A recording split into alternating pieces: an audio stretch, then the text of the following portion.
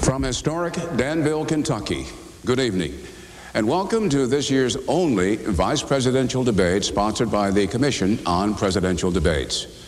I'm Bernard Shaw of CNN, moderator. Tonight, we come to you from Newland Hall in the Norton Center for the Arts on the campus of Center College. To President John Roush, the faculty here, students, and community leaders statewide, we thank you for hosting this debate. The candidates are the Republican nominee, former Defense Secretary Dick Cheney of Wyoming, and the Democratic nominee, Senator Joseph Lieberman of Connecticut. The Commission, these candidates, and their campaign staffs have agreed to the following rules. A candidate shall have 2 minutes to respond to the moderator's question. The other candidate shall have 2 minutes to comment on the question or the first candidate's answer.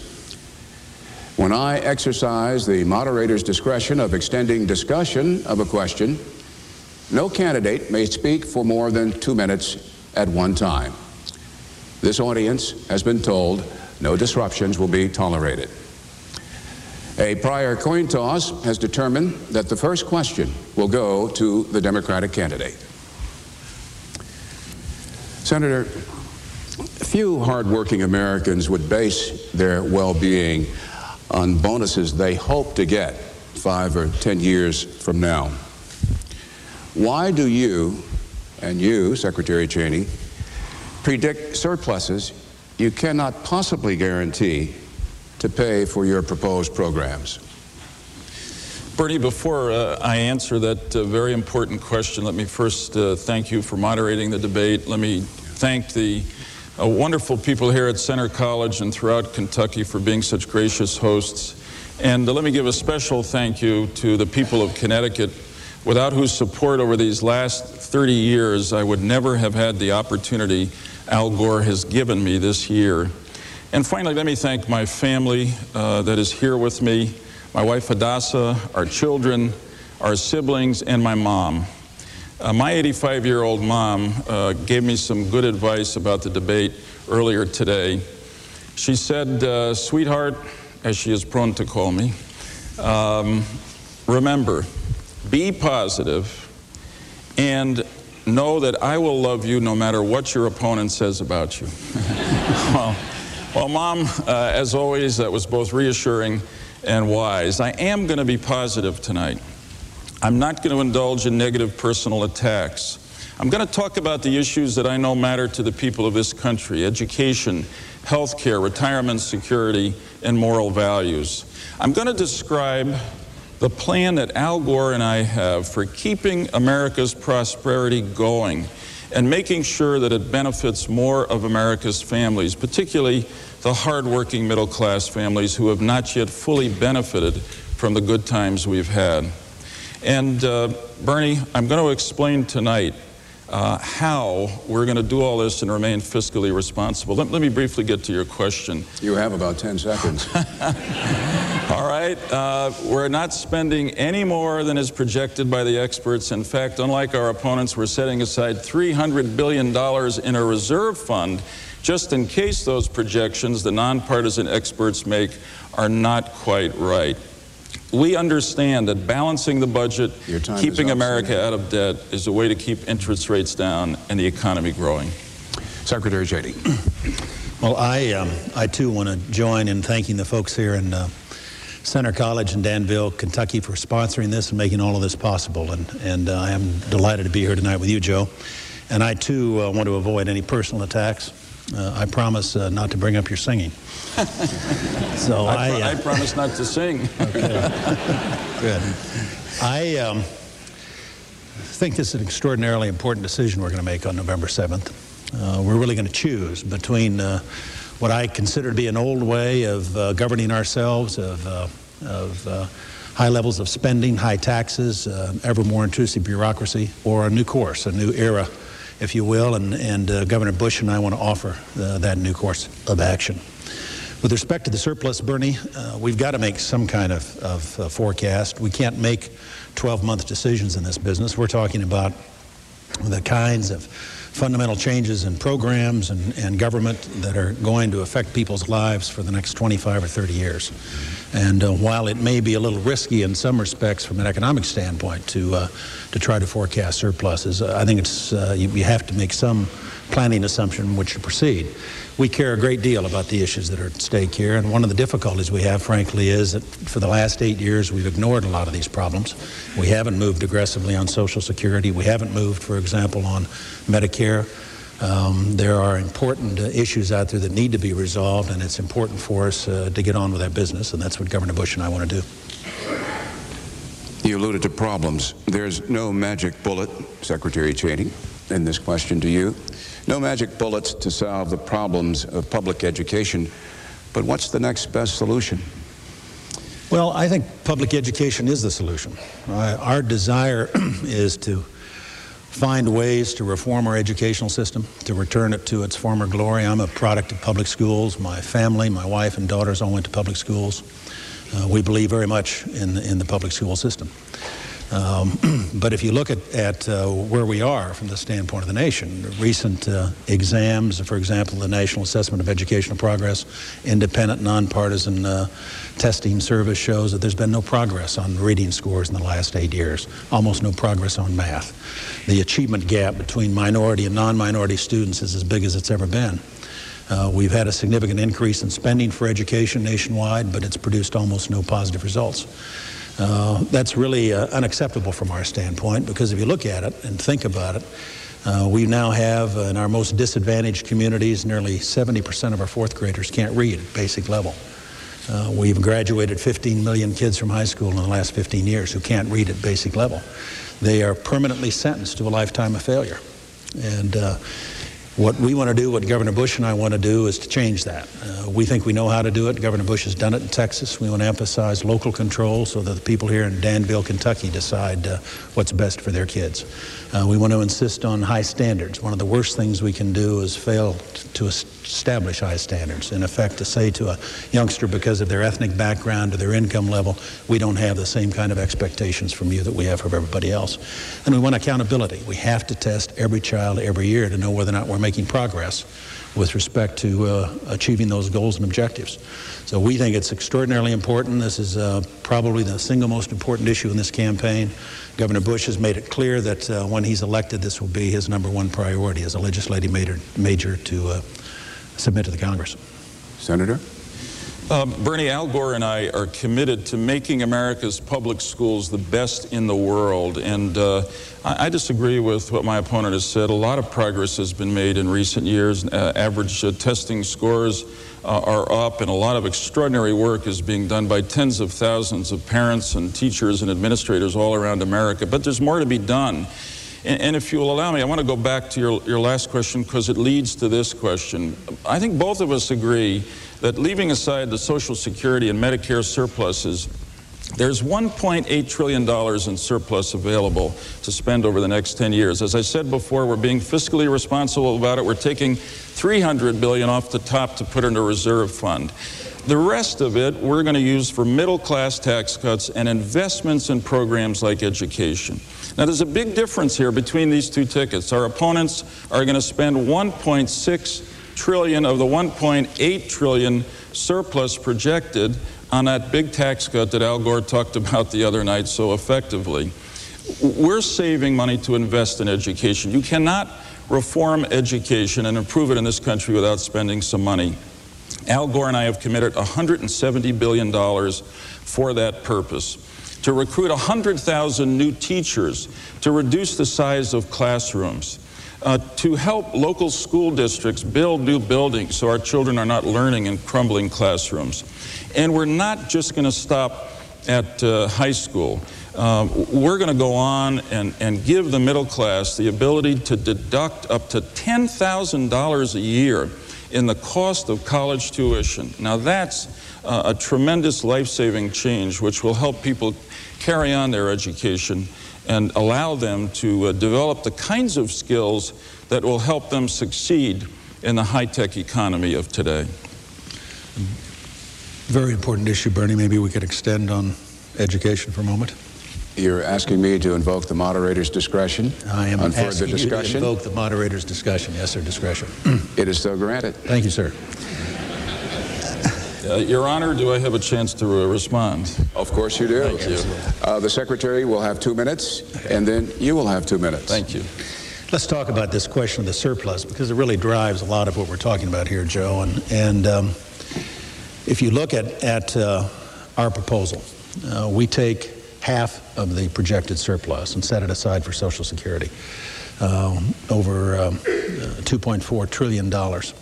We take roughly a fourth of it for other urgent priorities, such as Medicare reform and education, several of these other key programs we want to support. And we take roughly 1/4 of it and return it in the form of a tax cut to the American taxpayer. We think it is extraordinarily important to do that, but it is a fundamental difference between our two approaches.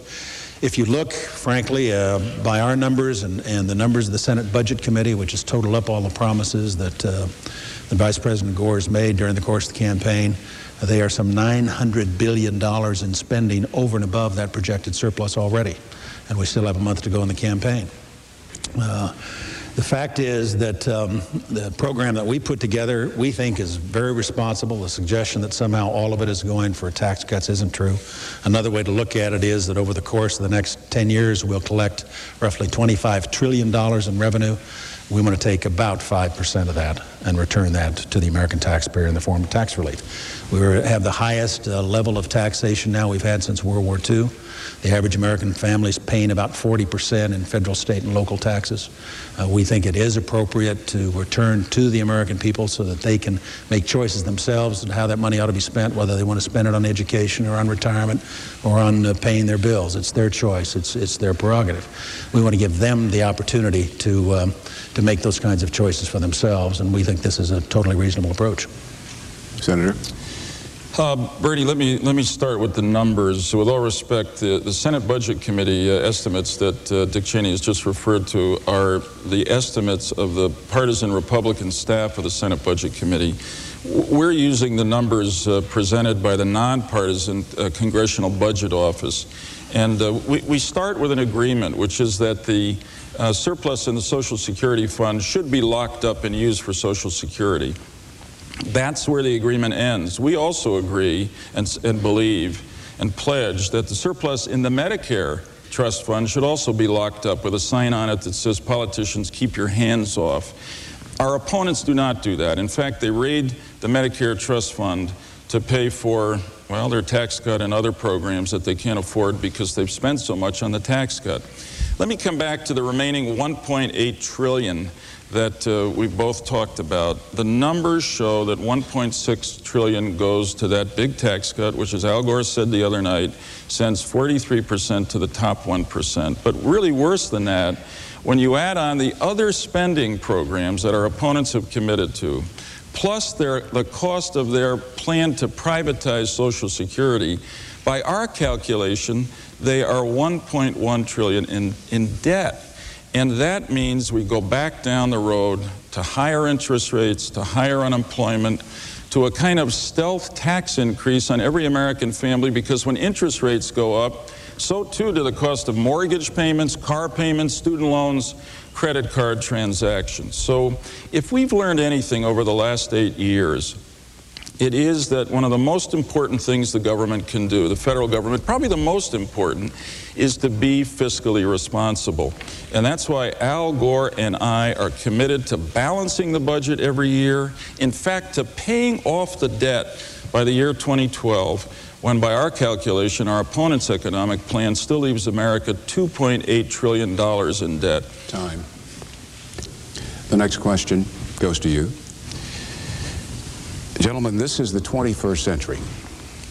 Yet, on average, an American working woman in our great nation earns 75 cents for each dollar earned by a working male.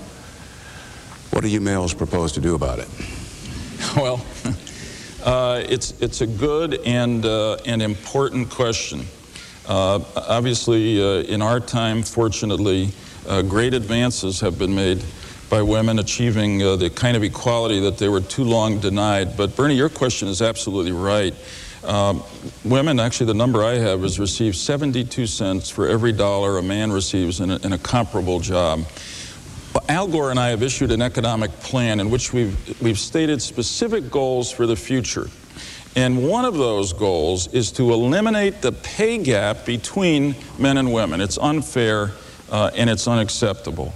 And the first way we will do that is by supporting the Equal Pay Act, which has been proposed in Congress, which gives women the right to file legal actions against employers who are not treating them fairly and not paying them equally. Secondly, we're going to do everything we can using governmental support of business agencies such as the Small Business Administration to help women business owners have an opportunity to invest and begin businesses and make larger incomes themselves. And there are other civil rights and human rights laws that I think can come to play here. So bottom line, this is an unfair and unacceptable situation. And even though as the economy has risen in the last 8 years, America's women have risen with it and received more income, until women are receiving the same amount of pay for the same job they're doing as a man receives, we've not achieved genuine equality in this country. And Al Gore and I are committed to closing that gap and achieving that equality. You know, in so many families, women are a significant bread earner or the only bread earner. So this cause affects not only the women, but families and the children as well. Mr. Secretary. Well, Bernie, I certainly share the view that we ought to have equal pay for equal work regardless of someone's gender, and we've made major progress in recent years. I think we've still got a ways to go. But I also think it's not just about the differential with respect to women. If you look, for example, at our opponent's tax proposal, they discriminate between stay-at-home moms with children that they take care of themselves and those who go to work or who, in fact, have their kids taken care of outside the home.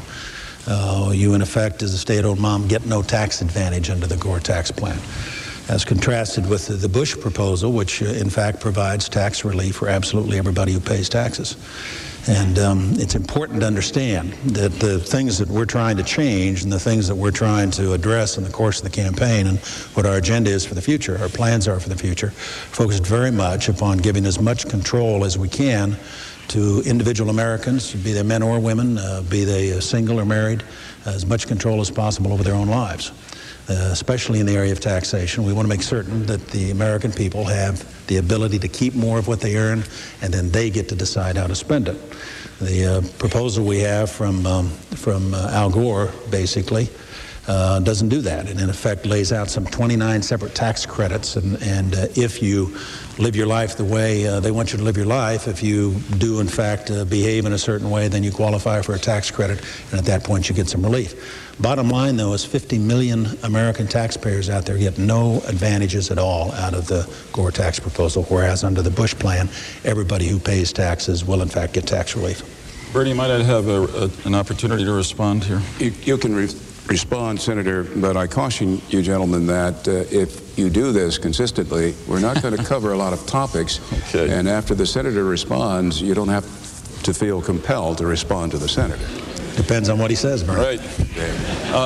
This is an important difference between us, and I want to try to clarify it briefly if I can. The first thing is that, in fact, the tax relief program that Al Gore and I have proposed, one of those many tax credits for the middle class that Dick just referred to, includes a $500 tax credit for stay-at-home moms, just as a way of saying we understand that you are performing a service for our society. We want you to have that tax credit. Second, the number of 50 million Americans not benefiting from our tax cut program is absolutely wrong. It's an estimate done on an earlier form of our tax cut program, and it's just plain wrong. And secondly, although Governor Bush says that his tax cut program, large as it is, gives a tax cut to everybody, as the newspapers indicated earlier this week, the Joint Committee on Taxation, again a nonpartisan group in Congress, has said that 27 million Americans don't get what the governor said they would in their tax cut program. Again, Al Gore and I want to live within our means. We're not going to give it all away in one big tax cut, and certainly not to the top 1% of the public that doesn't need it now. So we're focusing our tax cuts on the middle class in the areas where they tell us they need it. Tax credits for better and more expensive child care. Tax credits for middle-class families that don't have health insurance from their employers. The tax deduction I talked about earlier, very exciting deduction, for up to $10,000 a year in the cost of a college tuition. A $3,000 tax credit for the cost, well, actually for a family member who stays home with a parent or grandparent who's ill. And a very exciting tax credit program that I hope I'll have a chance to talk about later, Bernie, that encourages savings by people early in life and any time in life by having the federal government match savings for the 75 million Americans who make $100,000 or less, up to $2,000 a year. So very briefly, if a young couple making $50,000 a year saves $1,000, the government will put another $1,000 in that account. By the time they retire, they'll not only have guaranteed Social Security, but more than $200,000 in that retirement fund. Now, that's... Your time is up, Senator. Thank you, sir. Bernie, you have to be a CPA to understand what he just said. The fact of the matter is that the plan is so complex that an ordinary American's never going to be able to figure out what they even qualify for. And it is a classic example of wanting to have a program, in this case a tax program, that will in fact direct people to live their lives in certain ways rather than empowering them to make decisions for themselves. It is a big difference between us. They like tax credits, we like tax reform and tax cuts. Mr. Secretary, this question is for you. Would you support the effort of House Republicans who want legislation to restrict distribution of the abortion drug, RU 486? Bernie, the abortion issue is a very tough one, without question, and a very important one. And Governor Bush and I have emphasized, while we clearly are both pro-life, that's what we believe, that we want to look for ways to try to reduce the incidence of abortion in our society. Many on the pro-choice side have said exactly the same thing. Even Bill Clinton, who's been a supporter of abortion rights, has advocated reducing abortion to make it as rare as possible. With respect to the question of RU 486, we believe that, of course, that it's recently been approved by the FDA. That really was a question of whether or not it was safe to be used by women. They didn't address the question of whether or not there should or should not be abortion in the society so much as evaluate that particular drug. What we'd like to be able to do is to look for ways to reach across the divide between the 2 points of view and find things that we can do together to reduce the incidence of abortion. We think of such things as promoting adoption as an alternative, encouraging parental notification, and we also think banning the horrific practice of partial birth abortions is an area where there could be agreement. Congress has twice passed by overwhelming margins a significant number of votes from both parties the ban on partial birth abortions. Twice it's been vetoed by Bill Clinton and Al Gore. We would hope that eventually they would recognize that that's not a good position for them to be in. With respect to the RU 486 proposal, at this stage, I haven't looked in particular at that particular piece of legislation. Governor Bush made it clear the other night that he did not anticipate that he would be able to go in and direct the FDA to reverse course on that particular issue, primarily because, as I say, the decision they made was on the efficacy of the drug, not the question of whether or not we supported abortion. Bernie, this is a very important question, and it is one on which these two tickets have dramatically different points of view. My answer is no, I would not support legislation that is being introduced in Congress to override the Food and Drug Administration decision on RU 486. The administration, FDA, worked 12 years on this serious problem. They made a judgment based on what was good for women's health. A doctor has to prescribe and care for a woman using it. I think it's a decision that we ought to let stand because it was made by experts. But let me say more generally that the significant difference here on this issue is that Al Gore and I respect and will protect a woman's right to choose. and our opponents will not. We know that this is a difficult personal, moral, medical issue, but that is exactly why it ought to be left under our law to a woman, her doctor, and her God. Now, one area in which we agree, Al Gore and I, is that we believe that the government ought to do everything it can to reduce the number of unwanted pregnancies and therefore the number of abortions. And incidentally, here, there is good news to report. The number of abortions is actually down in America over the last 8 years. In fact, over the last 8 years, the number of teenage pregnancies has dropped 20%. And the reason it has is that there are good programs out there that Al Gore and I will continue to support, such as family planning and programs that encourage abstinence. But when the health of a woman is involved, I think the government has to be respectful. I supported, in fact, a bill in the Senate that would have prohibited late-term abortions except in cases where the health or life of the mother was involved. I did not support the so-called partial birth abortion bill because it would have prohibited abortion, that form of abortion, at any stage of the pregnancy, regardless of the effect on the health and life of the woman, and that's unacceptable. This question is for you, Senator. If Yugoslavia's Slobodan Milosevic prevails, notwithstanding the election results, would you support his overthrow? Well, there is good news from Belgrade today, Bernie, as you know, but it's unconfirmed. The encouraging news is that the state news agency is reporting that Mr. Kostunica is the president-elect. And there are some press reports, but they're unconfirmed, that Milosevic has actually left Belgrade. Now that is a very happy ending to a terrible story, and it's the end of a reign of terror.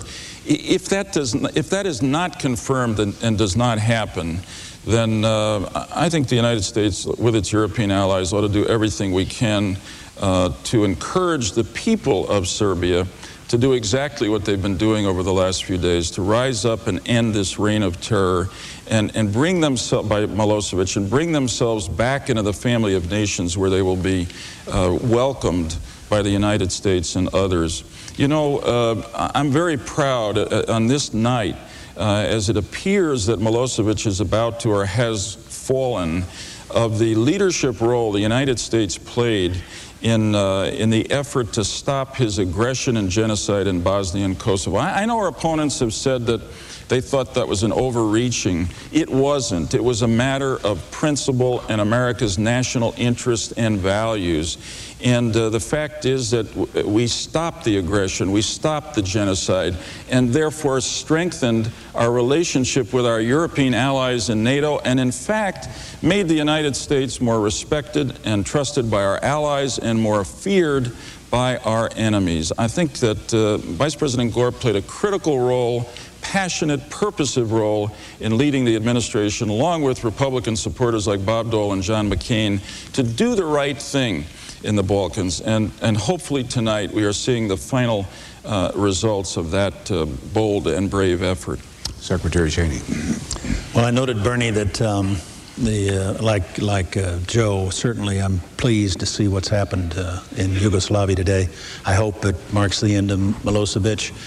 I think probably more than anything else, it's a victory for the Serbian people. They've taken to the streets to support their democracy, to support their vote. In some respects, this is a continuation of a process that began 10 years ago all across Eastern Europe and has only now arrived in Serbia. We saw it in Germany, we saw it in Romania, we saw it in Czechoslovakia as the people of Eastern Europe rose up and made their claim for freedom. And I think we all admire that.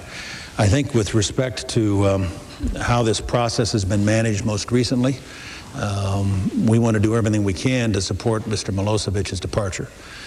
Certainly, though, that would not involve committing U.S. troops.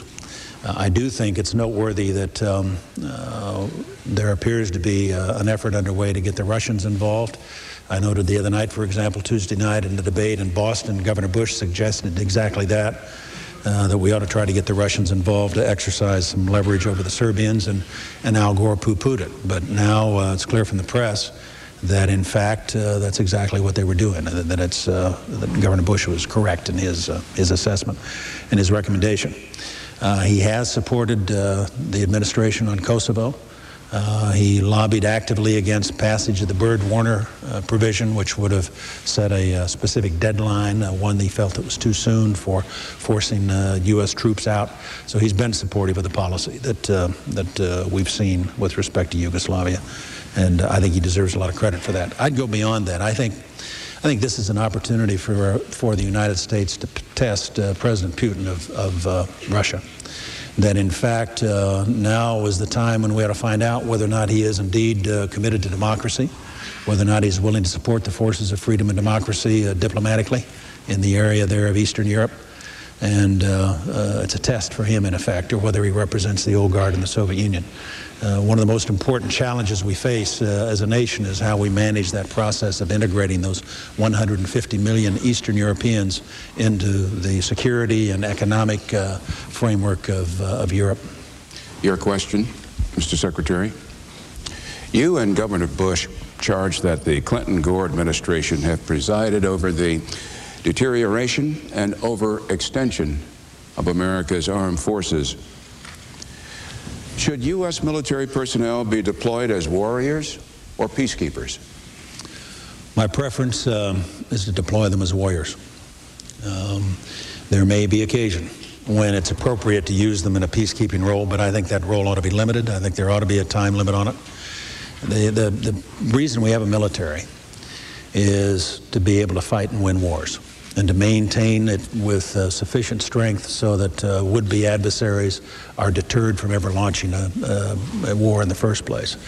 I think that the administration has, in fact, in this area, failed in a major responsibility. We've seen a reduction in our forces far beyond anything that was justified by the end of the Cold War. At the same time, we've seen a rapid expansion of our commitments around the world as troops have been sent hither and yon. Testimony just last week by the Joint Chiefs of Staff before the House Armed Services Committee that pointed out a lot of these problems. That for example, General Mike Ryan of the Air Force, that with 40% fewer aircraft, he's now undertaking 3 times as many deployments on a regular basis as he had to previously. So we're overcommitted and we're under-resourced. This has had some other unfortunate effects. I saw a letter, for example, the other day from a young captain stationed down in Fort Bragg, graduate of West Point of '95, getting ready to get out of the service because he's only allowed to train with his troops when fuel's available for the vehicles, and only allowed to fire their weapons twice a year. He's concerned that if he ever had to send them into combat, it would mean lives lost. That is a legitimate concern, and this is a very important area. In fact, the U.S. military is worse off today than it was 8 years ago. A major responsibility for us in the future, and a high priority for myself and Governor Bush, will be to rebuild the U.S. military, to give them the resources they need to do the job we ask them to do for us, and to give them good leadership. Senator, you're shaking your head in disagreement. Well, I am, Bernie, and most important, I want to assure the American people that the American military is the best trained, best equipped, most powerful force in the world, and that Al Gore and I will do whatever it takes to keep them that way. It's not right, and it's not good for our military to run them down, essentially, in the midst of a partisan political debate. The fact is that you've got to judge the military by what the military leaders say, and Secretary Bill Cohn, a good Republican, General Shelton, Chairman of the Joint Chiefs of Staff, both will tell you that the American military is ready to meet any threat we may face in the world today. And the fact is, judging by its results from Desert Storm to the Balkans, Bosnia and Kosovo, to the operations that are still being conducted to keep Saddam Hussein in the box in Iraq, the American military has performed brilliantly. In fact, this administration has turned around the drop in spending on the military that began in the mid-'80s and went right through the Bush-Cheney administration in the early years of the Clinton administration, but now that's stopped. In fact, we passed the largest pay increase in a generation for our military. And the interesting fact here, in spite of the rhetoric that my opponent has just spoken, is that the reality is that if you look at our projected budgets for the next 10 years, Al Gore and I actually commit more than twice as much, $100 billion in additional funding for our military than Governor Bush does. And their budget allows nothing additional for acquisition of new weapon systems, and that's something that the same General Mike Ryan of the Air Force and all the other chiefs of the services will not be happy about, because they need the new equipment, the new systems that Al Gore and I are committed to giving them. Bernie, this is a special interest of mine. I'd like a chance to elaborate further, if I might. The facts are dramatically different. I'm not attacking the military, Joe. I have enormous regard for the men and women of the U.S. military. I had the great privilege of working with them for the 4 years I was Secretary of Defense, and no one has a higher regard than I do for them. But it's irresponsible to suggest that we should not have this debate in a presidential campaign, that we should somehow ignore what is a major, major concern. And if you have friends or relatives serving in the U.S. military, you know there's a problem. If you look at the data that's available, 40% of our Army helicopters that are not combat ready. Combat readiness level in the Air Force that's dropped from 85% to 65%. Significant problems of retention.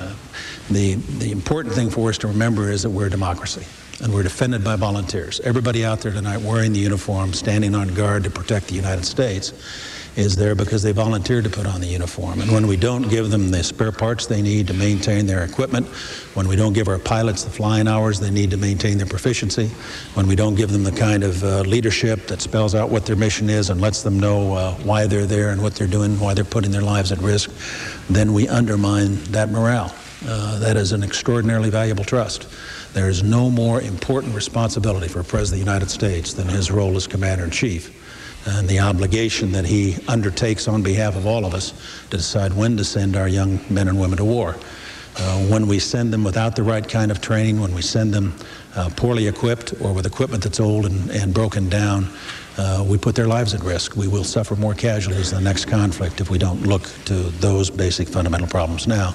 And with all due respect, Joe, this administration has a bad track record in this regard, and it's available for anybody who wants to look at the record, who wants to talk to our men and women in uniform, who wants to spend time with the members of the Joint Chiefs, wants to look at readiness levels and other indicators. Final point, the issue of procurement is very important, because we're running now off the buildup of the investment we made back during the Reagan years.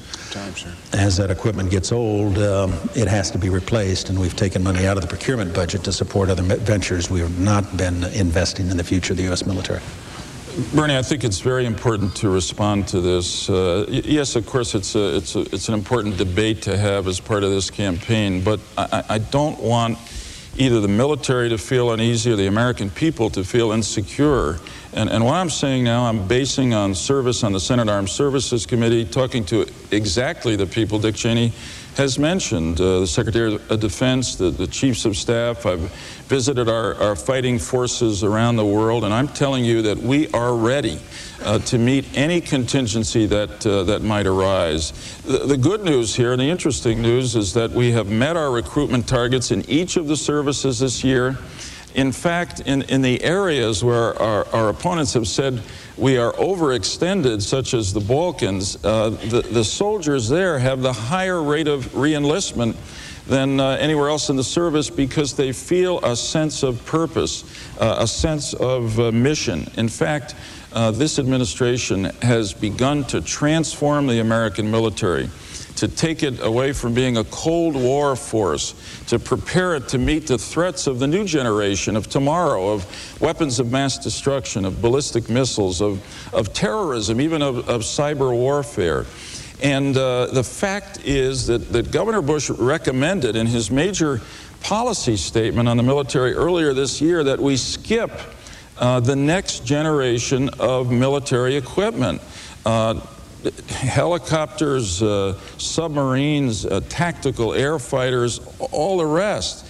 That would really cripple our readiness, exactly the readiness that Dick Cheney is talking about. Al Gore and I are committed to continuing this acquisition program, transforming the military. There's fewer people in uniform today, but person to person, person by person, unit by unit, this is the most powerful and effective military, not only in the world today, but in the history of the world. And again, Al Gore and I will do whatever is necessary to keep it that way. Senator Lieberman, this question to you. Once again, in the Middle East, peace talks on the one hand, deadly confrontations on the other, and the flashpoint Jerusalem. And then there's Syria. Is United States policy what it should be? Yes, it is. It has truly pained me in the last week, Bernie, to watch the unrest and the death occurring in the Middle East between the Israelis and the Palestinians. So much work has been done by the people there with the support of this administration. So much progress has been made in the original Oslo agreements between the Israelis and the Palestinians adopted in 1993, in the peace between Israel and Jordan thereafter. I mean, America has a national strategic interest and a principled interest in peace in the Middle East, and Al Gore has played a critical role in advancing that process over the last 8 years. What pains me as I watch the unrest in recent days between the Israelis and the Palestinians is that these two peoples have come, in some senses, generations forward, centuries forward in the last 7 years. They are so close to a final peace agreement. I hope and pray that the death and unrest in the last week will not create the kinds of scars that make it hard for them to go back to the peace table with American assistance and achieve what I'm convinced the great majority of the Israeli and Palestinian people want, indeed people throughout the Middle East, which is peace. Secretary Albright has been in Paris meeting with Prime Minister Barak and Chairman Arafat. I hope and pray that her mission is successful, that there is a ceasefire, and the parties return to the peace table. Now, we've been on a very constructive course in the Middle East, played an unusual, unique role, and I am convinced that Al Gore and I commit that Al Gore and I will continue to do that. I hope I might, through my friendships in Israel and throughout the Arab world, play a unique role in bringing peace to this sacred region of the world. Bernie, it has been a very, very difficult area to work in for a long time. Numerous administrations going back certainly to World War II have had to wrestle with the problem of what should happen in the Middle East. We made significant breakthroughs, I think, at the end of the Bush administration because of the Gulf War. In effect, we had joined together with Arab allies and done enormous damage to the Iraqi armed forces, and Iraq at the time was the biggest military threat to Israel. By virtue of the end of the Cold War, the Soviets were no longer a factor. They used to fish in troubled waters whenever they had the opportunity in the Middle East, but with the end of the Soviet Union, the implosion, if you will, of the empire, that created a vacuum, if you will, and made it easier for us to operate there. We were able to, I think, reassure both Arabs and Israelis that the United States would play a major role there, that we had the ability and the will to deploy forces to the region if we had to engage in military operations to support our friends and oppose our foes. And of course, we were able to convene the Madrid Conference that in effect was the first time Arab and Israeli sat down face to face and began this process of trying to move the peace process forward. I think also a lot of credit goes to some great men like Yitzhak Rabin. His tragic passing was of major consequence, a great tragedy for everybody who cares about peace in the Middle East. He was a man who had the military stature to be able to confidently persuade the Israelis, I think, to take some risk for peace. I think Prime Minister Barak has tried the same thing. I hope that we can get this resolved as soon as possible.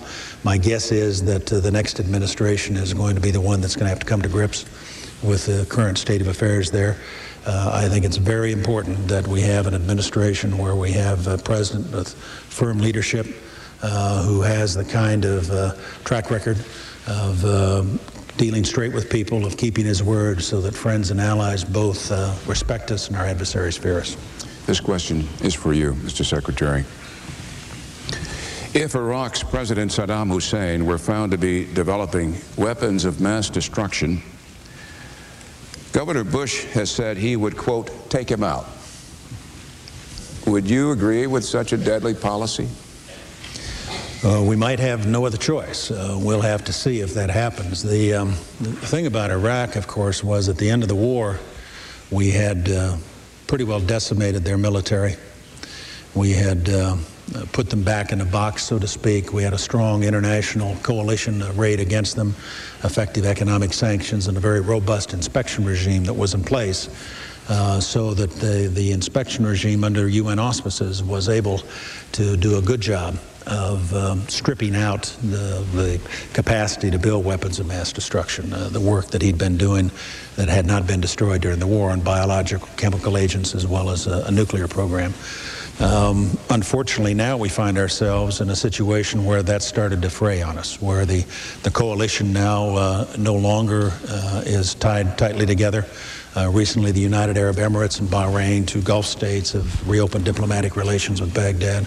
The Russians and the French now are flying commercial airliners back into Baghdad and sort of thumbing their nose, if you will, at the international sanctions regime. And of course, the UN inspectors have been kicked out, and there's been absolutely no response. So we're in a situation today where I think our posture vis-a-vis Iraq is weaker than it was at the end of the war. I think that's unfortunate. I also think it's unfortunate that we find ourselves in a position where we don't know for sure what might be transpiring inside Iraq. I certainly hope he's not regenerating that kind of capability, but if he were, if in fact Saddam Hussein were taking steps to try to rebuild nuclear capability or weapons of mass destruction, you'd have to give very serious consideration to military action to stop that activity. I don't think you can afford to have a man like Saddam Hussein with nuclear weapons, say, in the Middle East. Senator? Bernie, it would of course be a very serious situation if we had evidence, credible evidence, that Saddam Hussein was developing weapons of mass destruction. But I must say, I don't think a political campaign is the occasion to declare exactly what we would do in that case. I think that's a matter of such critical national security importance that it ought to be left to those commander-in-chief, the leaders of the military, the Secretary of State, to make that kind of decision without the heat of a political campaign. The fact is that we will not enjoy real stability in the Middle East until Saddam Hussein is gone.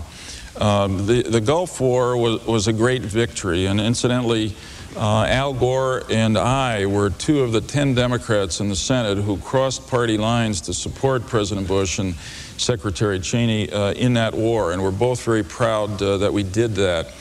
But the war did not end with a total victory, and Saddam Hussein remained there. And as a result, we have had almost 10 years now of instability. We have continued to operate almost all of this time military action to enforce a no-fly zone. We have been struggling with Saddam about the inspectors. We ought to do, and we are doing, everything we can to get those inspectors back in there. But in the end, there's not going to be peace until he goes. And that's why I was proud to co-sponsor the Iraq Liberation Act with Senator Trent Lott, why I have kept in touch with the indigenous Iraqi opposition, broad-based, to Saddam Hussein. Vice President Gore met with them earlier this year. We are supporting them in their efforts, and we will continue to support them until the Iraqi people rise up and do what the people of Serbia have done in the last few days. Get rid of a despot. We will welcome you back into the family of nations where you belong. Senator Lieberman, this question is to you. Many experts are forecasting continuing chaotic oil prices on the world market. Wholesale natural gas prices here in our country are leaping. Then there are coal and electricity. Have previous Republican and Democratic Congresses and administrations, including this one, done their job to protect the American people? Not enough, but this administration and Vice President Gore and I have had both a long-term strategy to develop energy independence and a short-term strategy. In fact, if this administration had been given the amount of funding that it had requested from the Republican Congress, we'd be further along in the implementation of that long-term strategy, which is aimed at developing alternative, cleaner sources of energy, aimed at giving tax credits to individuals and businesses to conserve and use energy more efficiently, aimed at a partnership for a new generation of vehicles with the American automobile industry, which is making great progress and can produce a vehicle that can get 80 miles per gallon. We also have a short-term strategy and to deal with exactly the kind of ups and downs of energy prices. And I know it was controversial, but Al Gore and I believed that it was important in the short term to reach into the Strategic Petroleum Reserve, take some of that oil that we have, put it in the market, show the big oil companies and the OPEC oil-producing countries that we've got some resources with which we can fight back. We're not just going to lay back and let them roll over our economy. And we did it also because gasoline prices were rising and home heating oil inventories were real low. And both of our tickets agree on LIHEAP, the Low-Income Housing Assistance Program, but our opponents really offer no assistance to middle-class families who are hit by rising gas prices and a shortage of home heating oil. The fact is that since the reserve was opened, the price of oil on world markets has dropped $6 a barrel. Now, that's a good result, and I'm proud of it. Mr. Secretary? Well, Bernie, this is an area where, again, I think Joe and I have fairly significant disagreements. My assessment is that there is no comprehensive energy policy today, that as a nation we are in trouble because the administration has not addressed these issues. We have the prospects of brownouts in California. We have a potential heating oil crisis in the Northeast. We've got gasoline price rises, various other places. For years now, the administration has talked about reducing our dependence on foreign sources of oil, but they haven't done it. In fact, we've gone exactly in the opposite direction. We've got the lowest rate of domestic production of oil now in 46 years. You have to go back to 1954 to find a time when we produced as little oil as we do today. Our imports are at all-time record high. In the month of June, we imported almost 12 million barrels a day. That means we're more subject to the wide fluctuations and swings in price. We have other problems. We don't have refinery capacity. We haven't built a new refinery in this country for over 10 years. And the refineries are now operating at 96 or 97% of capacity, which means even with more crude available, they're probably not going to be able to do very much by way of producing additional home heating oil for this winter. We have a long-term, serious long-term problem of our growing dependence on foreign sources of energy. That will always be the case, but we ought to be able to shift the trend and begin to move it in the right direction. We need to do a lot more about generating the capacity for power here at home. We need to get on with the business, and we think we can do it very safely in an environmentally sound manner. We don't think that we ought to buy into this false choice that somehow we cannot develop energy resources without being cautious with the environment. We can. We've got the technology to do it, and we ought to do it. We do support the Low-Income Energy Assistance Program. We think that's very important so that our senior citizens, for example, don't suffer this winter. But we need to get on to the business of having a plan to develop our domestic energy resources and producing more supplies, and this administration hasn't produced it. Bertie, can I add a word to that? Senator, I'm going to continue. I yield. Thank you, sir. Your congressional record. You sponsored a bill that said no to oil and gas exploration in Wyoming wilderness areas, your home state. However, you co-sponsored a bill that said yes to drilling in the Arctic National Wildlife Refuge. Your explanation? Well, Bernie, it just shows I've got a balanced approach to how we deal with environmental issues. Not a case of not in my backyard? No, I think we have to make choices. And the Wyoming Wilderness Bill, frankly, was one of my proudest achievements as a member of Congress. I worked on that with my good friend Al Simpson, for example, for about 4 years. We set aside a part of Wyoming, nearly 1 million acres of wilderness that ought to be separate and not be developed. We think that was important. There are a lot of areas around the country where Governor Bush and I, for example, support restraints. We support the moratorium on drilling off the coast of California. But there are places where we think we ought to go forward and develop those resources. The Arctic National Wildlife Reserve is one of them. It's on the North Slope. It's right next to Prudhoe Bay. The infrastructure is there to be able to deliver that product to market. We think we can do it, given today's technology, in a way that will not damage the environment, will not permanently mar the countryside at all. And so what we're looking for, I think, with respect to environmental policy and energy policy is balance. We do have to make choices. We recognize we have to make choices. But the way you phrased the question, frankly, I welcome, because I think it shows that, in fact, we are trying to pursue a balanced approach, and the suggestion that somehow all we care about is energy development isn't true. But we do have to get on with developing those resources, or we're going to find ourselves ever more dependent on foreign sources. We're going to find that our fact that we don't have an energy policy out there is one of the major storm clouds on the horizon for our economy.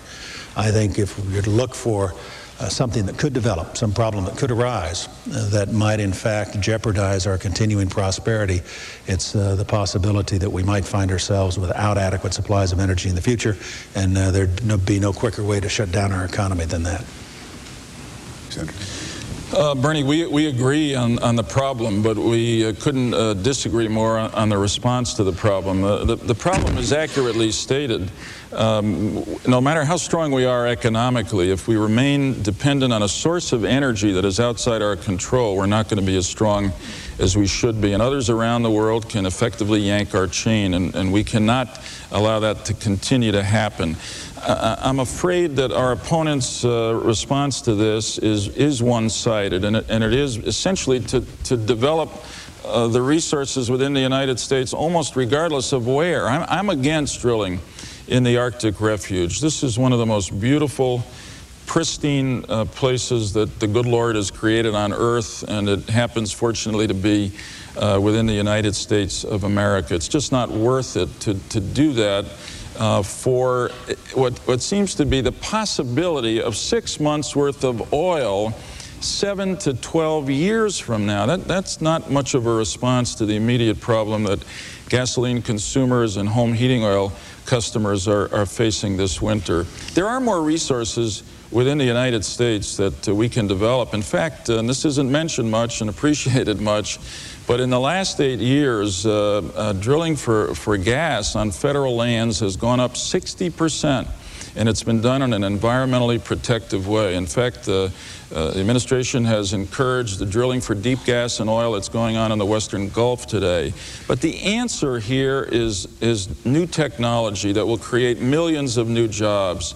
Let me just say this: if we can get 3 miles more per gallon from our cars, we'll save 1 million barrels of oil a day, which is exactly what the refuge at its best in Alaska would produce. Now, the choice to me is clear. We've got to develop fuel cells, alternative energy.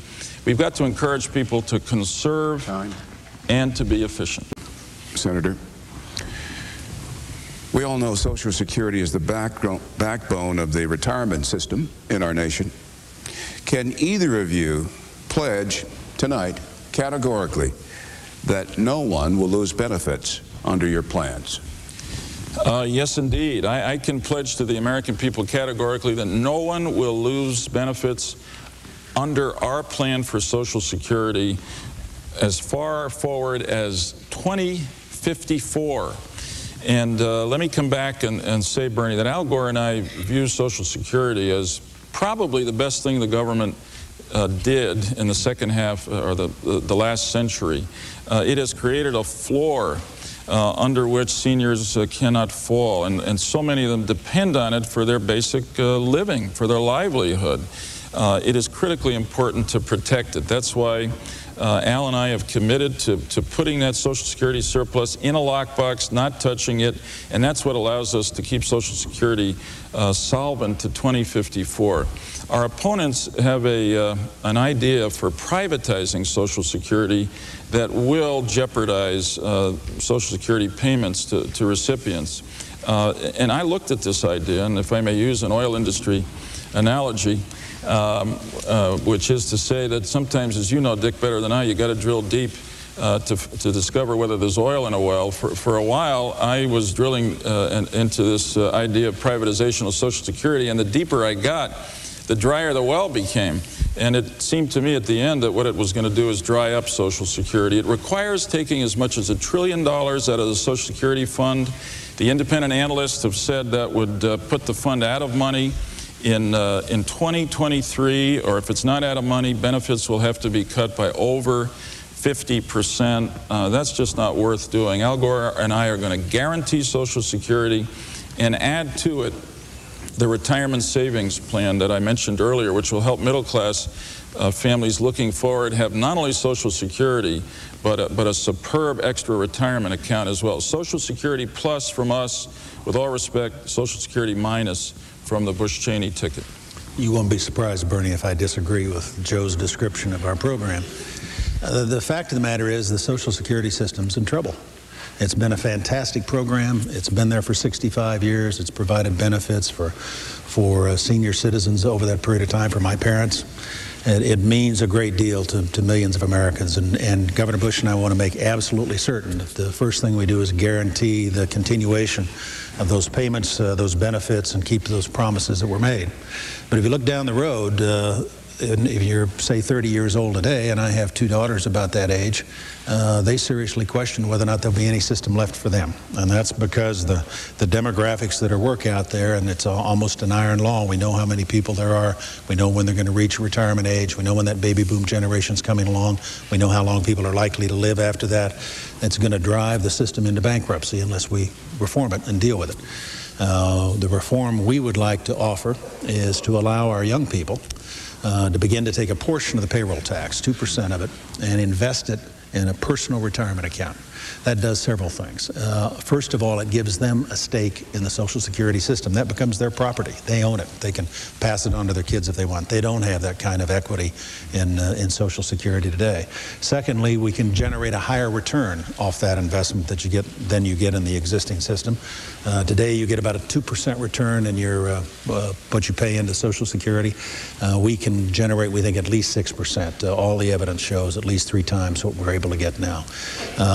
And long-term, by generating a bigger return, we'll put additional funds into the system that will help us survive that crunch that's otherwise going to hit in the future. Bottom line is there's a choice here. With respect, frankly, to Al Gore and Joe's plan, they don't reform Social Security at all. They had another huge obligation on top of it that future generations will have to pay. They don't touch the basic system itself. They don't reform it. They don't save it. We have a plan to do that and a plan to give our young people choice and more control over their own lives. Time. Mr. Secretary, this question is for you. Washington is a cauldron of political bickering and partisanship. The American people, gentlemen, have had enough. How would you elevate political discourse and purpose? Well, I think there are a number of ways to do it. First of all, I agree with your assessment. I think I've been out of Washington for the last 8 years, Bernie, and spent the last 5 years running a company, global concern, and so I've been out in the private sector, building a business, hiring people, creating jobs. I've got a different perspective on Washington than I had when I was there in the past. I'm proud of my service in Washington for 25 years, but also proud that I had the opportunity to go out and get a different experience. And you're absolutely right. People are fed up. They've had enough with the bickering and the partisanship that seems to characterize the debate that goes on in the nation's capital. I've seen it done differently, though. I've seen it done differently in Texas. I've watched George Bush. And one of the reasons I was eager to sign on when he asked me to become his running mate was because I've been so tremendously impressed with what he's done as the governor of Texas. He came in when he had a legislature completely controlled by the other party. He managed to reach across partisan lines and unite Republicans and Democrats and independents, put them to work to achieve good things for the state of Texas. Partly because he didn't point the finger of blame looking for scapegoats, he was quick to share the credit. We ended up, as a result of that activity at the end of his first term, the top Democrat in the state, Lieutenant Governor Bob Bullock, endorsed the Republican Governor George Bush for re-election. It is possible to change the tone. It is possible to get people to work together and to begin to focus on achieving results.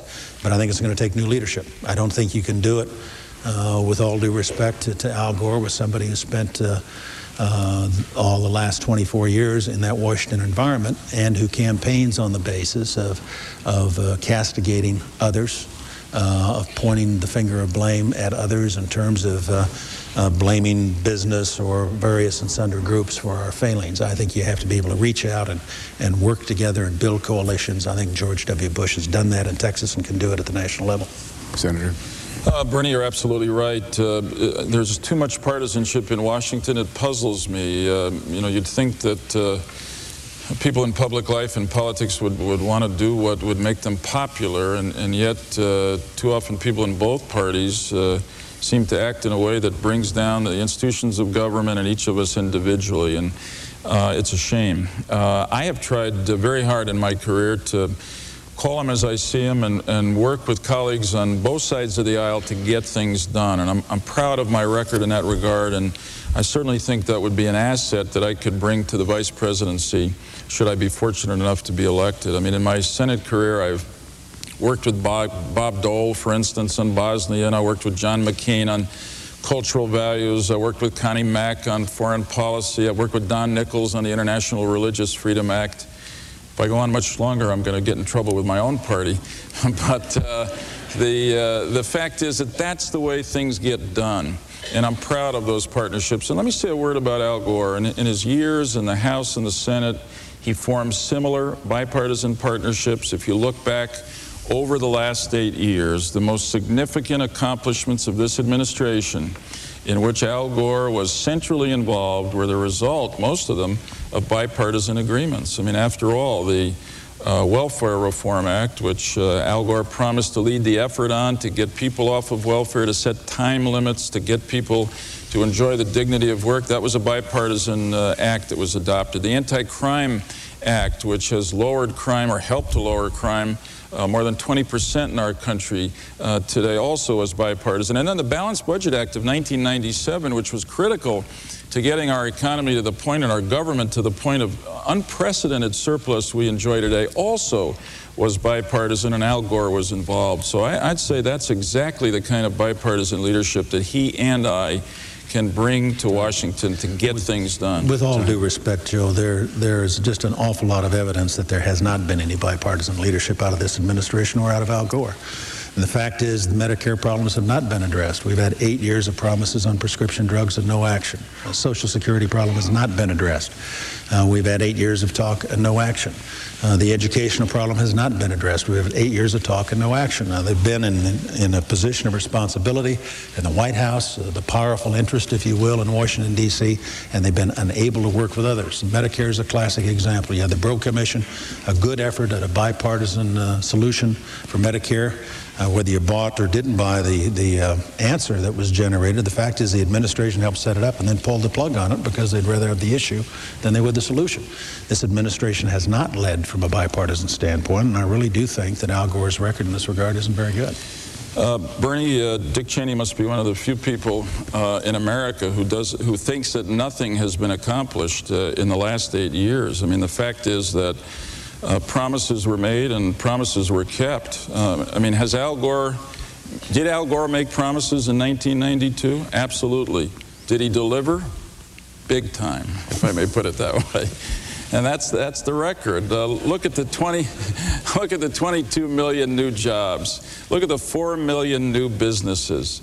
Look at the lower interest rates, low rate of inflation, high rate of growth.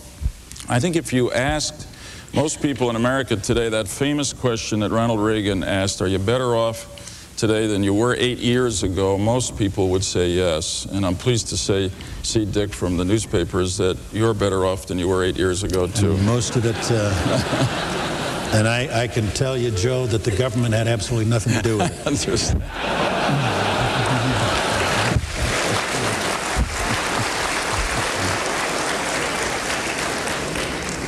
This question is to you, but I can see my wife, and I think she's thinking, gee, I wish she would go out into the private sector.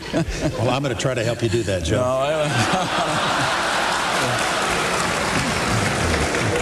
No, I think you've done so well there. I want to keep you there.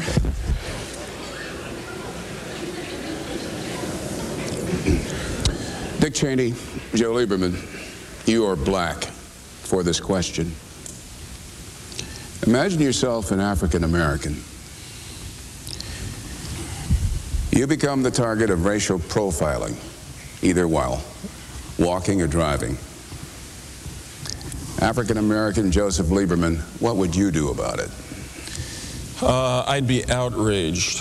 It is such an assault on the basic promise that America makes that the law will treat individuals as individuals regardless of their status, that is to say their race, their nationality, their gender, their sexual orientation, etc., etc. And the sad fact is that racial profiling occurs in this country. I have a few African American friends who've gone through this horror, and you know, it makes me want to kind of hit the wall because it is such an assault on their humanity and their citizenship. We can't tolerate it anymore. That's why I've supported legislation in the first instance in Congress, because it's the most we could get done to do hard studies to make the case of the extent to which racial profiling is occurring in our country. But it's also why I'm so proud that Al Gore has said two things. First, we would issue, if we're fortunate enough to be elected, an executive order prohibiting racial profiling.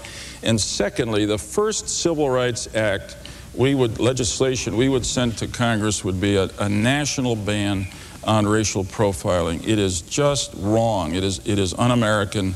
And to think that in the 21st century this kind of nonsense is still going on, we've got to stop it. And the only way to stop it is through the law. I mean, the law, after all, is meant to express our values and our aspirations for our society, and our values are violently contradicted by the kind of racial profiling that I know exists. And I just had a friend a while ago, Bernie, who works in the government, works at the White House, African Americans, stopped, surrounded by police for no other cause that anyone can determine than the color of his skin. That can't be in America anymore.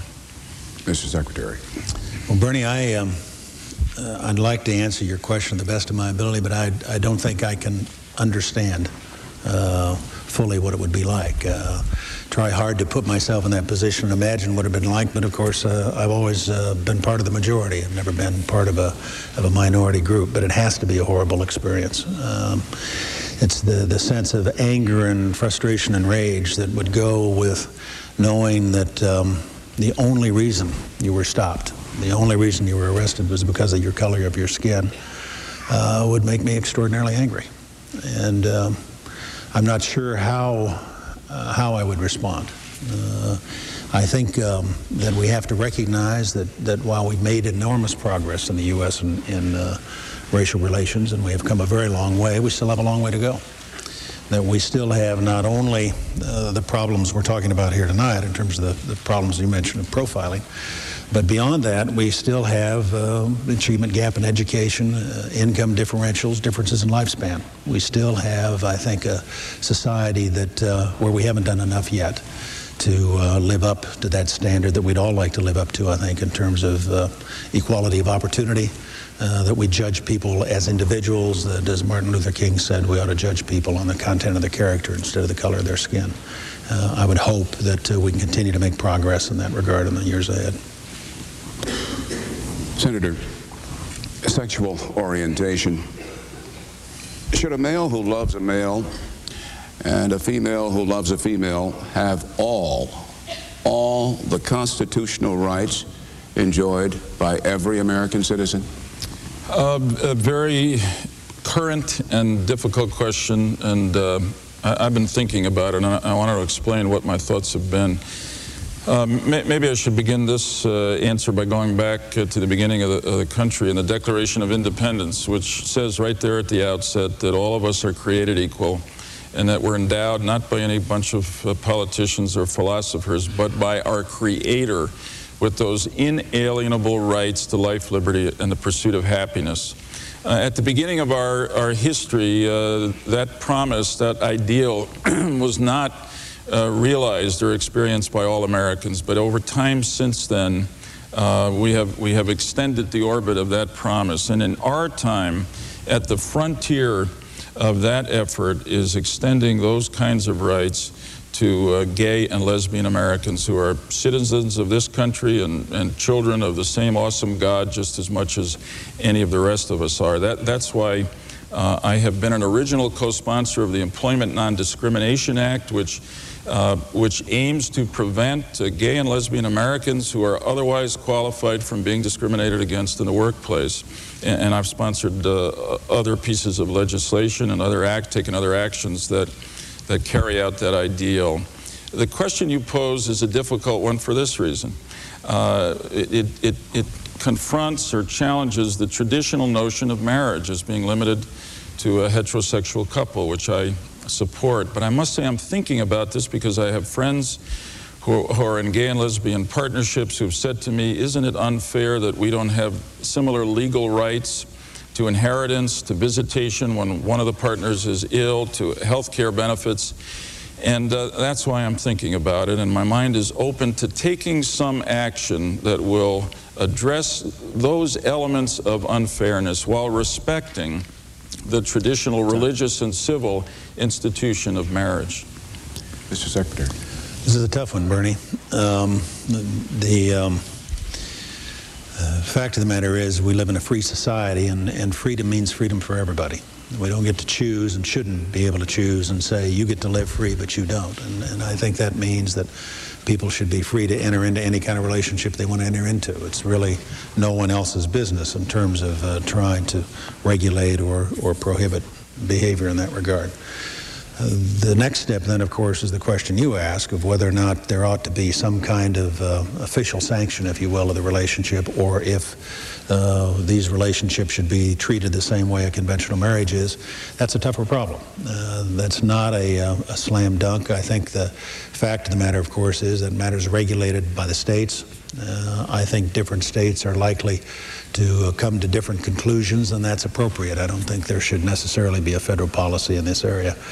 I try to be open-minded about it as much as I can and tolerant of those relationships. And like Joe, I'm also wrestle with the extent to which there ought to be legal sanction of those relationships. I think we ought to do everything we can to tolerate and accommodate whatever kind of relationships people want to enter into. It occurs to me that your moderator has committed a boo-boo. I asked the racial profiling question of you.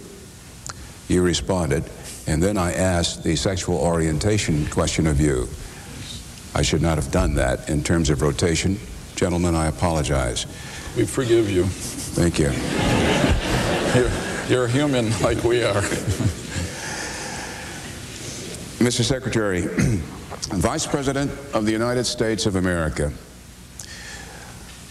what would you bring to the job that your opponent wouldn't? We clearly come from different political perspectives. Joe is a Democrat from New England. I'm a Republican from the West, from Wyoming. I think that weighs into it to some extent. Clearly, we're both in the positions we're in because of our personal relationships with our principals. I think the areas that I would bring are the things that Governor Bush emphasized when he picked me. That I had been White House Chief of Staff and ran the White House under President Ford, that I had spent 10 years in the House, 8 of that in the leadership, served as Secretary of Defense, and then had significant experience now in the private sector. And I think that where there are differences between Joe and myself in terms of background and experience, I clearly have spent a lot of time in executive positions, running large organizations, both in private business as well as in government.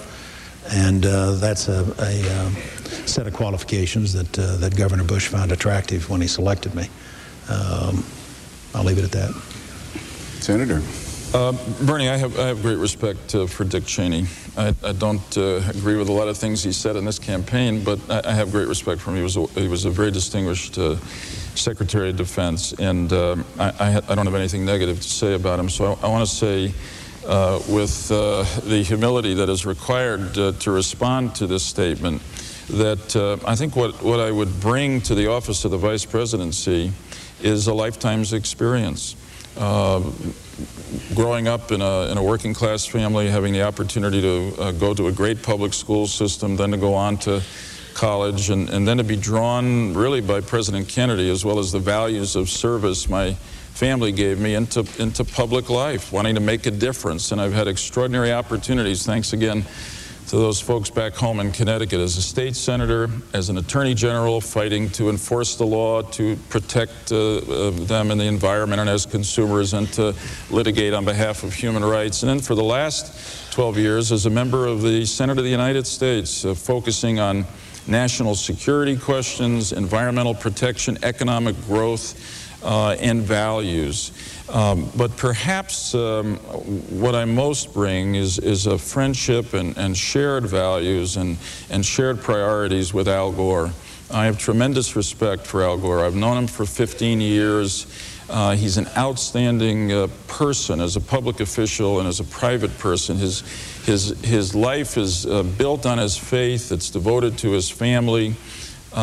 He volunteered for service in Vietnam from the beginning in Congress. He's been willing to take on the big interest and fight for average people. As Vice President, he's been, I think, the most effective Vice President in the history of the United States, and he's got the right program to use the prosperity all the American people have earned to help particularly hardworking middle-class families raise up their children to enjoy a better life. I think that's what this is all about, and why I'm so proud to be his running mate. And because of my boo-boo, I'm going to direct this question again to Secretary Cheney. Have you noticed a contradiction or hypocritical shift by your opponent on positions and issues since he was nominated? Boy, we've been trying very hard to keep this on a high plane, Bernie. Thanks, Bernie. I do have a couple of concerns where I like the old Joe Lieberman better than I do the new Joe Lieberman. Let me see if I can put it in those terms. Joe established, I thought, an outstanding record in his work on this whole question of violence in the media and the kinds of materials that were being peddled to our children. And many of us on the Republican side admired him for that. There is, I must say, the view now that having joined with Al Gore on the ticket on the other side, that depth of conviction that we'd admired before isn't quite as strong as it was perhaps in the past. The temptation on the one hand to criticize the activities of the industry, as was pointed out recently in the Federal Trade Commission, where they're taking clearly material meant for adults and selling it to our children. At the same time, they are participating in fundraising events with some of the people responsible for that activity. Has been a source of concern for many of us. We were especially disturbed, Joe, at a recent fundraiser you attended where there was a comedian who got up and criticized George Bush's religion. I know you're not responsible for having uttered any words of criticism of his religion, but to some extent, my concern would be, frankly, that you haven't been as consistent as you had been in the past, that a lot of your good friends like Bill Bennett and others of us who'd admired your firmness of purpose over the years have felt that you're not quite the crusader for that cause that you once were. Well, Bernie, you'll not be surprised to hear that I disagree. First, let me talk about that joke about religion, which I found very distasteful. And believe me, if anybody has devoted his life to respecting the role of religion in American life and understands that Americans from the beginning of our history have turned to God for strength and purpose, it's me. And you know, any offense that was done, I apologize for, and I thought that humor was unacceptable. Let me come to the question of Hollywood and then answer the general question. Al Gore and I have felt for a long time, first as parents, and then only second as public officials, that we cannot let America's parents stand alone in this competition that they feel they're in with Hollywood to raise their own kids and give their kids the faith and the values that they want to give them. And I've been a consistent crusader on that behalf. John McCain and I actually requested the Federal Trade Commission report that came out 3 or 4 weeks ago, which proved conclusively that the entertainment industry was marketing adult-rated products to our children. Now, that is just unacceptable. And one finding was that they were actually using 10 to 12-year-olds to test screen adult-rated products. When that report came out, Al Gore and I said to the entertainment industry, stop it. And if you don't stop it in 6 months, we're going to ask the Federal Trade Commission to take action against you. There was no similar strong response from our opponents. We repeated that message when we went to Los Angeles. I repeat it today. We will not stop until the entertainment industry stops marketing its products to our children. Unfortunately, I'm running out of time, but let me just say that Al Gore and I'm out. Maybe I can come back to it. No, please continue. You have about 10 seconds. Pardon the interruption. All right. Al Gore and I agree on most everything. We disagree on some things, and he said to me from the beginning, be yourself. That's why I chose you. Don't change a single position you have, and I have not changed a single position since Al Gore nominated me to be his vice president. Gentlemen, now closing statements. A prior coin toss has determined that you begin, Senator Lieberman. Thanks, Bernie. That went very quickly. Thank you, Bernie, and thanks, Dick Cheney, for a very good debate. I'm told that tens of millions of people have been watching this debate tonight. I must say that I wish one more person were here to watch it, and that's my dad, who died 15 years ago. If my dad were here, I would have the opportunity to tell him that he was right when he taught me that in America, if you have faith, work hard, and play by the rules, there is nothing you cannot achieve. And here I am, even the son of a man who started working a night shift on a bakery truck and end up being a candidate for Vice President of the United States. That says a lot about the character of this nation and the goodness of you, the American people. I will tell you that Hadassah and I have traveled around this country in the last couple of months and met thousands and thousands of parents, just like our moms and dads, hardworking middle-class people, paying their taxes, doing the jobs that keep the country running, trying so hard to teach their kids right from wrong, and believing in their hearts that their kids can make it. And I agree with them. But to make it, they need a leader who will stand up and fight for them, for good education, the best education in the world, for a sound retirement system, for prescription drug benefits for their parents, and for a government that is fiscally responsible, balances the budget, keeps interest rates down so that they can afford to buy a home or to send their kids to college. To me, Al Gore is that leader and will be that kind of president. You know, for 224 years, Americans have dreamed bigger dreams and tried bolder solutions than any other people on earth. Now is not the time to settle for less than we can be. As good as things are today, Al Gore and I believe that with your help and God's help, we can make the future of this good and blessed country even better. Thank you, God bless you, and good night. Mr. Secretary. Well, Bernie, I want to thank you and Joe as well. I've enjoyed the debate this evening, and also want to thank the folks here at Center College in Danville, Kentucky. They've really done a tremendous job of making this possible.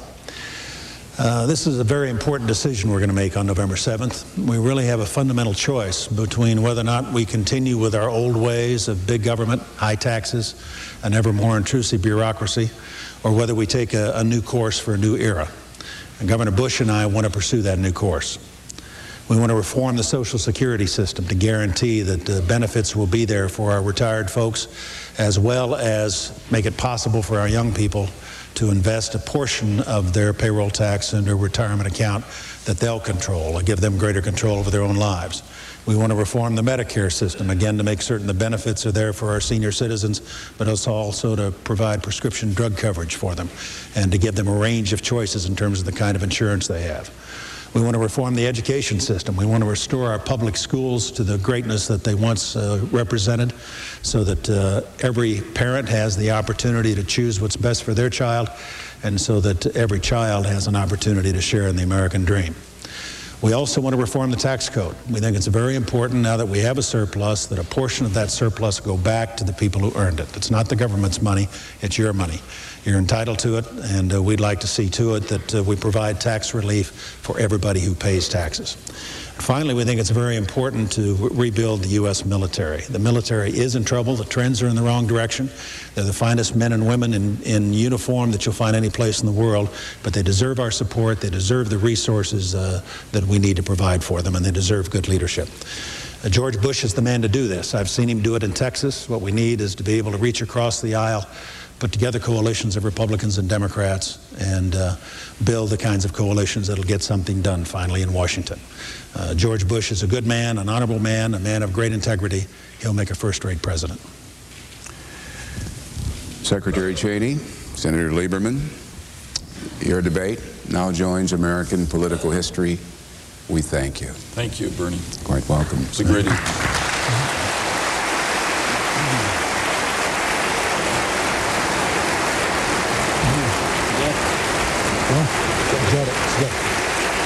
Don't lose that. You know, that went a lot more quickly than I'm thinking. Yeah. I took my last one. I didn't wear my watch. Yeah, they wouldn't let me wear mine. I just have a little bit here.